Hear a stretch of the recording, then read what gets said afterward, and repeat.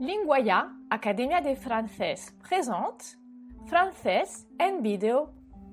En este video practicamos francés con Le Petit Prince.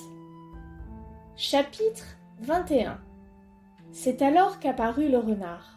« Bonjour, dit le renard. »« Bonjour, répondit poliment le petit prince, qui se retourna mais ne vit rien. »« Je suis là, dit la voix, sous le pommier. »« Qui es-tu » dit le petit prince. « Tu es bien joli. »« Je suis un renard, dit le renard. »« Viens jouer avec moi, lui proposa le petit prince. Je suis tellement triste. »« Je ne puis pas jouer avec toi, dit le renard. Je ne suis pas apprivoisé. »« Ah, pardon, fit le petit prince. » Mais, après réflexion, il ajouta. « Qu'est-ce que signifie apprivoiser ?»« Tu n'es pas d'ici, dit le renard.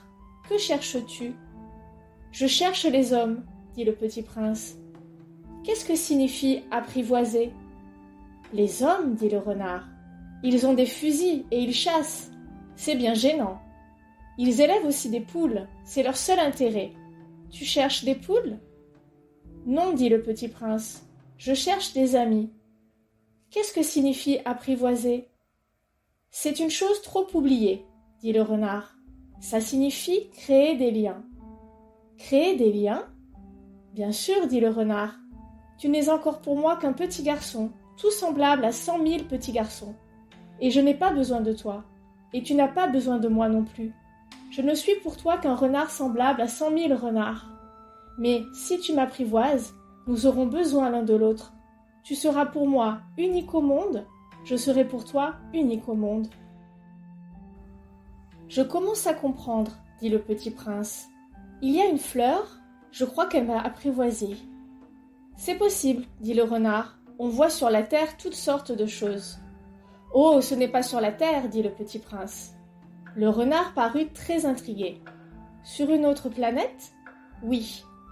Il y a des chasseurs sur cette planète-là ? Non. Ça, c'est intéressant. Et des poules ? Non. Rien n'est parfait, soupira le renard. Mais le renard revint à son idée. Ma vie est monotone. Je chasse les poules, les hommes me chassent. Toutes les poules se ressemblent, et tous les hommes se ressemblent. Je m'ennuie donc un peu. Mais, si tu m'apprivoises, ma vie sera comme ensoleillée. Je connaîtrai un bruit de pas qui sera différent de tous les autres. Les autres pas me font rentrer sous terre. Le tien m'appellera hors du terrier, comme une musique. Et puis regarde, tu vois là-bas les champs de blé ? Je ne mange pas de pain. Le blé pour moi est inutile. Les champs de blé ne me rappellent rien. Et ça, c'est triste. Mais tu as des cheveux couleur d'or. Alors ce sera merveilleux quand tu m'auras apprivoisé. Le blé, qui est doré, me fera souvenir de toi. Et j'aimerai le bruit du vent dans le blé. Le renard se tut et regarda longtemps le petit prince. « S'il te plaît, apprivoise-moi, dit-il. »« Je veux bien, répondit le petit prince, mais je n'ai pas beaucoup de temps. J'ai des amis à découvrir et beaucoup de choses à connaître. »« On ne connaît que les choses que l'on apprivoise, dit le renard. Les hommes n'ont plus le temps de rien connaître. Ils achètent des choses toutes faites chez les marchands. Mais comme il n'existe point de marchands d'amis, les hommes n'ont plus d'amis. Si tu veux un ami, apprivoise-moi. »« Que faut-il faire ?» dit le petit prince. « Il faut être très patient, répondit le renard. Tu t'assoiras d'abord un peu loin de moi, comme ça, dans l'herbe. Je te regarderai du coin de l'œil et tu ne diras rien. Le langage est source de malentendus. Mais, chaque jour, tu pourras t'asseoir un peu plus près. » Le lendemain revint le petit prince. « Il eût mieux valu revenir à la même heure, dit le renard. Si tu viens, par exemple, à 4 heures de l'après-midi, dès 3 heures, je commencerai d'être heureux. Plus l'heure avancera, plus je me sentirai heureux. À 4 heures, déjà, je m'agiterai et m'inquiéterai. Je découvrirai le prix du bonheur. Mais si tu viens n'importe quand, je ne saurai jamais à quelle heure m'habiller le cœur. Il faut des rites. »« Qu'est-ce qu'un rite ? dit le petit prince. »« C'est aussi quelque chose de trop oublié, dit le renard.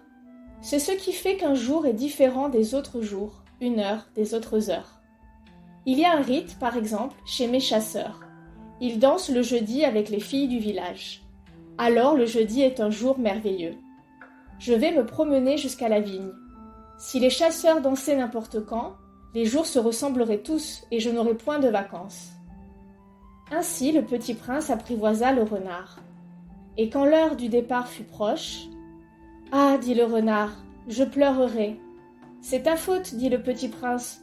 Je ne te souhaitais point de mal, mais tu as voulu que je t'apprivoise. »« Bien sûr, dit le renard. »« Mais tu vas pleurer, dit le petit prince. »« Bien sûr, dit le renard. »« Alors tu n'y gagnes rien ?»« J'y gagne, dit le renard, à cause de la couleur du blé. » Puis il ajouta, « Va revoir les roses, tu comprendras que la tienne est unique au monde. Tu reviendras me dire adieu, et je te ferai cadeau d'un secret. » Le petit prince s'en fut revoir les roses. « Vous n'êtes pas du tout semblable à ma rose, vous n'êtes rien encore, leur dit-il. Personne ne vous a apprivoisé, et vous n'avez apprivoisé personne. Vous êtes comme était mon renard. Ce n'était qu'un renard semblable à 100 000 autres, mais j'en ai fait mon ami, et il est maintenant unique au monde. » Et les roses étaient bien gênées. « Vous êtes belle, mais vous êtes vide, leur dit-il encore. On ne peut pas mourir pour vous. Bien sûr, ma rose à moi, un passant ordinaire croirait qu'elle vous ressemble, mais à elle seule, elle est plus importante que vous toutes, puisque c'est elle que j'ai arrosée, puisque c'est elle que j'ai mise sous globe, puisque c'est elle que j'ai abritée par le paravent, puisque c'est elle dont j'ai tué les chenilles, sauf les 2 ou 3 pour les papillons, puisque c'est elle que j'ai écouté se plaindre ou se vanter, ou même quelquefois se taire, puisque c'est ma rose. » Et il revint vers le renard. « Adieu, dit-il. »« Adieu, dit le renard. Voici mon secret. Il est très simple. On ne voit bien qu'avec le cœur. L'essentiel est invisible pour les yeux. »« L'essentiel est invisible pour les yeux, » répéta le petit prince afin de se souvenir. « C'est le temps que tu as perdu pour ta rose qui fait ta rose si importante. »« C'est le temps que j'ai perdu pour ma rose, » fit le petit prince, afin de se souvenir. « Les hommes ont oublié cette vérité, » dit le renard, « mais tu ne dois pas l'oublier. Tu deviens responsable pour toujours de ce que tu as apprivoisé. Tu es responsable de ta rose. »« Je suis responsable de ma rose, » répéta le petit prince, afin de se souvenir. Et voilà, c'est fini pour le chapitre 22. Si quieres seguir leyendo, te pongo el PDF gratis del Petit Prince en francés y en castellano en la cajita de descripción abajo del video. También te pongo algunas palabras importantes del texto con la traducción en español. ¡A bientôt!